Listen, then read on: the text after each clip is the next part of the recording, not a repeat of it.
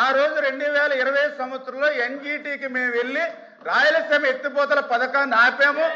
ఆపడమే కాదు, హరీష్ రావు గారు కానీ అదే ఇంకా అక్కడ ఉన్నటువంటి టిఆర్ఎస్ నాయకులు కూడా చెప్పారు అధ్యక్ష, ఏదైతే ఆ రోజు జగన్మోహన్ రెడ్డి గారితో మేము మాట్లాడాము, దీని మీద ఇంత మించి వెళ్ళకు, నీకు ఆ రాయలసీమ ఎత్తిపోతల పథకం పేరు చెప్పి నీకు ఏం కావాలో అవి నెరవేర్చుకో, నీళ్లు మాత్రం అడక్కని చెప్పి మేము అడిగాం. ఆ రోజే మేము నిలిపివేశామని చెప్పేసి అక్కడ టిఆర్ఎస్ నాయకులు మాట్లాడుతున్నారు అధ్యక్ష. అంటే నేనేం చెప్తున్నానంటే పొరుగు రాష్ట్రంలో వాళ్ళ రాజకీయ లబ్ధి కోసం వాళ్ళు మాట్లాడతారు, ఇక్కడ వాస్తవాలు ఏంటనేది మనం అంగీకరించవలసిన అవసరం ఉంది. నేను చాలా క్లియర్ గా చెప్పాం. మరి బొత్స సత్యనారాయణ గారు సీనియర్ మంత్రి అయినా ఆయన కూడా 2020లో జగన్మోహన్ రెడ్డి చంద్రబాబు నాయుడు గారు ఎన్జీటీ దానికి స్టే ఆర్డర్ ఇచ్చినప్పుడు అక్కడ ఏదైతే దాని మీద 2.6 కోట్ల రూపాయలు పెనాల్టీ విధించినప్పుడు చంద్రబాబు నాయుడు గారు జగన్మోహన్ రెడ్డి ముఖ్యమంత్రి అంటే దానికి సమాధానం లేనిటువంటి పరిస్థితి. మేము ఎన్జీటీ మాకు ఆదేశాలు ఉన్నా కూడా ధైర్యంగా చేశామని చెప్తా ఉన్నారు. మరి మీరు 2021లోనే ఎంబుక్ రికార్డ్స్ ప్రకారం 900 కోట్ల రూపాయలు బిల్ చేశారు. 900 కోట్ల రూపాయలు బిల్ చేశారు 2021 ఎంబుక్ రికార్డు ప్రకారం. మరి 2022, 2023, 2024 అదే ధైర్యంగా మీరు ఎందుకు చేయలేకపోయారు? మీ సిఎస్ ని అరెస్ట్ చేస్తామని కూడా ఆ రోజు ఉన్నటువంటి ఎన్జీటీ చైర్మన్ కూడా మరి ఆ రోజు లెటర్ ఇచ్చినటువంటి పరిస్థితి అధ్యక్ష. అంటే వీటన్నిటిని దృష్టిలో పెట్టుకుని వాళ్లే 2021లో 900 కోట్ల రూపాయలు పనులు చేశారు. పనులు చేసినటువంటి ఎంబుక్ రికార్డు ఎక్కడి వరకు ఉంది? 2021. మరి అదే ధైర్యం 3200 కోట్ల రూపాయలు మీకు సమయం ఉందిగా. 2021 ఉంది, 2022 ఉంది, 2023 ఉంది, 2024 ఉంది. 4 సంవత్సరాలు మిగిలినటువంటి పని చేయకుండా ఎందుకు అప్పుడు క్లోజ్ చేశారు? అంటే ఈ రకంగా అధికారంలో ఉంటే ఒక రకంగా, ప్రతిపక్షంలో ఉంటే మరొక రకంగా మాట్లాడడం అనేది ఇటువంటి ద్వంద్వ వైఖరి అనేది కరెక్ట్ కాదు అధ్యక్ష. ఏదైతే రాయలసీమ ఏదైతే ఆ యొక్క సాగునీరు త్రాగునీరు ఇవ్వడానికి ఈ ప్రభుత్వం ఎప్పుడు కూడా చిత్తశుద్ధితో పనిచేస్తూ ఉంది.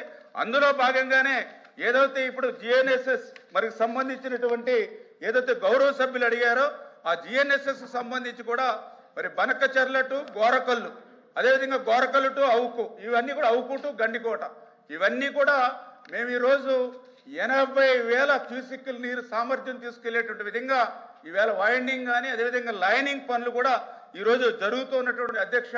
మరి ఇప్పుడే నేను కూడా చెప్పాను, 203 టీఎంసీలు తీసుకున్నాం అధ్యక్ష ఈ ఒక్క సంవత్సరంలోనే.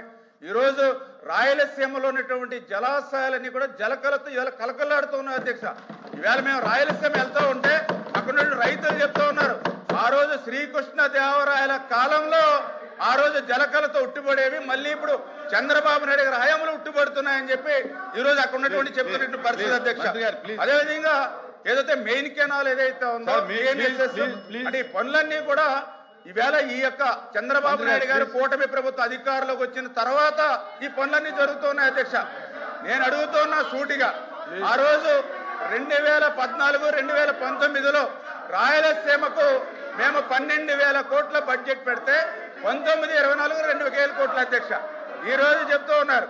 మరి దయ ఉంచి గౌరవ సభ్యులు కూడా మీరు చెప్పింది అంతా కూడా మేము విన్నాం, మేం చెప్పింది కూడా మీరు వినడానికి కూడా మీకు ఓపిక ఉండాలి. ఈవేళ మీరు రాయలసీమ గురించి మాట్లాడుతూ ఉన్నటువంటి పరిస్థితి అంటే చాలా చిత్తశుద్ధికి మరి ఎంత ద్రోహం దగా చేస్తారో అందరికీ అర్థమవుతుంది అధ్యక్ష. ఏదైతే మరి యొక్క రాయలసీమ ఇతర పథకాలు ఐడీసీకి సంబంధించి 17 లిఫ్ట్లు ఇవన్నీ కూడా మేము కంటిన్యూ చేస్తున్నామని చెప్పి తెలియజేసుకుంటూ ఈవేళ మేము అడిగిన దానికి సమాధానం చెప్పట్లేదు అధ్యక్ష. నేను సూటిగా అడిగా, ఏదైతే రాయలసీమ ఎత్తిపోతాలని చెప్పి ఆ రోజు 900 కోట్ల రూపాయలు మీ జేబులు నింపుకున్న మాట వాస్తవమా కాదా అంటే దానికి సమాధానం లేదు. హెచ్ఎన్ఎస్ఎస్ నుంచి జిఎన్ఎస్ఎస్ లింక్ అని చెప్పి 900 కోట్ల రూపాయలు బిల్లు పే చేసుకున్నారంటే దానికి సమాధానం లేదు. ఏదైతే ఆవులపల్లి 3 రిజర్వాయర్లు 900 కోట్ల రూపాయలు జేబులు నింపుకున్నారంటే దానికి సమాధానం లేదు. 3 ప్రాజెక్టులో 2,700 కోట్ల రూపాయలు ఇలా జేబులు నింపుకున్నారు. ఒక్క చుక్క నీరు కూడా రాయలసీమకు రాలేదు అధ్యక్ష. అధ్యక్ష ఫైనల్ గా ఒకటే మాట్లాడుతూ క్లోజ్ చేస్తున్నాను అధ్యక్ష, క్లోజ్ చేస్తున్నా. 2019, 2024 5 సంవత్సరాల్లో రాయలసీమకి ఒక్క చుక్క నీరిచ్చామని ఇవాళ ధైర్యంగా ఇవాళ గౌరవ వైసీపీ సభ్యుల్ని సమాధానం చెప్పానండి అధ్యక్ష.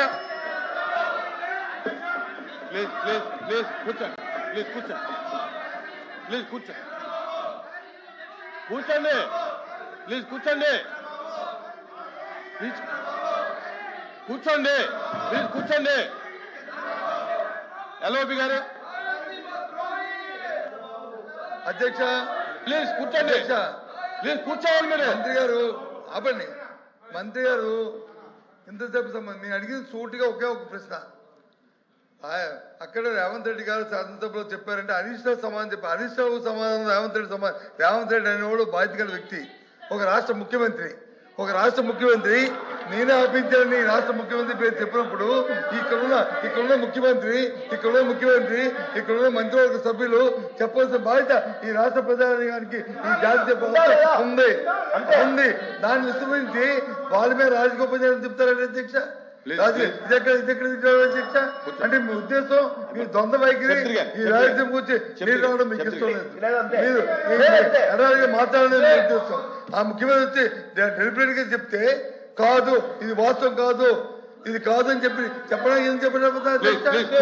మీకున్న అధ్యక్ష మీకున్న అల్సర్ అధ్యక్ష మీకున్న ఏంటి అధ్యక్ష అర్థం అవ్వట్లేదు. ఎందుకు చెప్పట్లేదు? చెప్పట్లేదు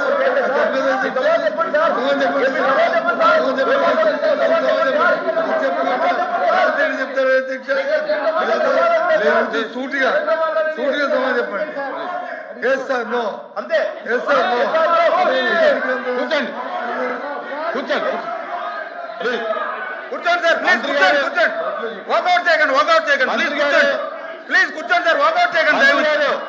ఏదైతే ఈవేళ సార్ ఇప్పుడు వాళ్ళు అడిగిన దానికే నేను సమాధానం చెప్తూ ఉన్నా. ఈవేళ పొరుగు రాష్ట్రానికి సంబంధించినటువంటి ముఖ్యమంత్రి పేరు ఎవరు తీసుకొచ్చారు అధ్యక్ష? గౌరవ సభ్యులు వైఎస్ఆర్సీపీ సభ్యులు తీసుకొచ్చారు. దానికే నేను సమాధానం చెప్పా.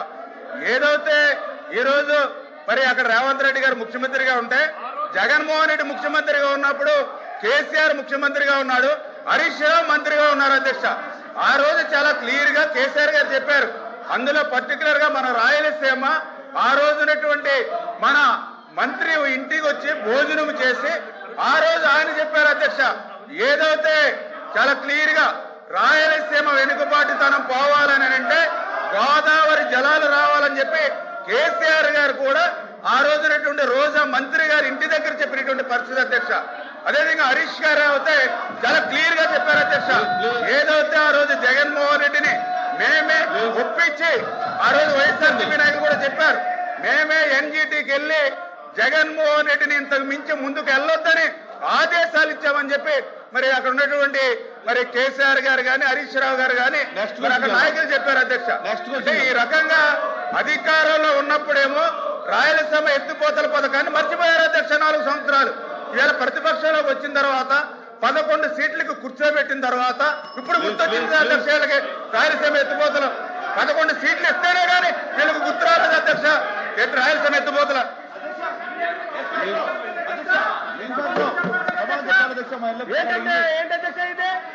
నెక్స్ట్ క్వశ్చన్కి వెళ్దాం.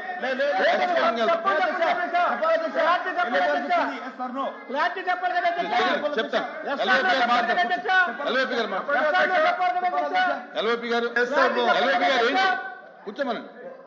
ఎస్ సార్ చెప్పానండి. మాకు ఇవ్వండి అధ్యక్ష. మేము సూటుగా అడుగుతున్నాం. రాయలసీమ ఏదైతే తెలంగాణ ముఖ్యమంత్రికి సభలో చెప్పాడో ఆ ముఖ్యమంత్రి మేము హరీష్ రావు చెప్పిన దానికి హరీష్ రావు మేము ఖండిస్తున్నాం కాదని అంటున్నాం. మీరు కూడా అది చెప్పండి. ఆ మాటని మేము చెప్తున్నాం, ఖండిస్తున్నాం. చెప్పింది రాజకీయ కోసం చెప్పారు, అది వాస్తవం కూర్చోండి చెప్తున్నాం. ఆ విషయం ఎందుకు చెప్పలేదు? అది కాదు అధ్యక్ష చెప్పాలి అధ్యక్ష. రాజగోపాల్ చెప్పడం కాదు, ఎవరు కాదు. రోజు అయిపోయింది. కూర్చో. నెక్స్ట్ క్వశ్చన్కి వెళ్దాం సార్. ఇంకా లేదు సార్.